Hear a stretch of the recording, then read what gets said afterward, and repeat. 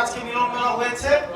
আমি আপনাদের কাছে কিছু বিষয় বর্তমান প্রেক্ষাপট এবং তার করণীয় সম্পর্কে বাস্তবতার নিরিখে বলার চেষ্টা করব। এক নম্বর বিষয় হচ্ছে যে এই সরকার 1 বছর এই সরকারের ইতিমধ্যে হয়ে গিয়েছে।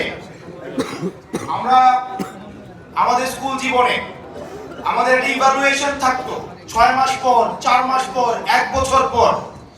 এই সরকার প্রকাশ করতে হবে গত 1 বছরে এই সরকার কি কি করেছে, প্রকাশ করতে হবে।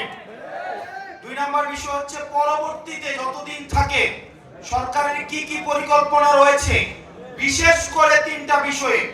1 মিডিয়া, 2 অ্যাডমিনিস্ট্রেশন এবং 3 মিলিটারি। এই 3টা বিষয়ে সরকারের কি ধরনের ব্যবস্থা রয়েছে, কি ধরনের পরিকল্পনা রয়েছে, সেগুলো আমাদের সামনে প্রকাশ করতে হবে। আপনারা যদি দেখেন মিডিয়ার যে বর্তমান বাস্তবতা, মানে পৃথিবীতে আর কোথাও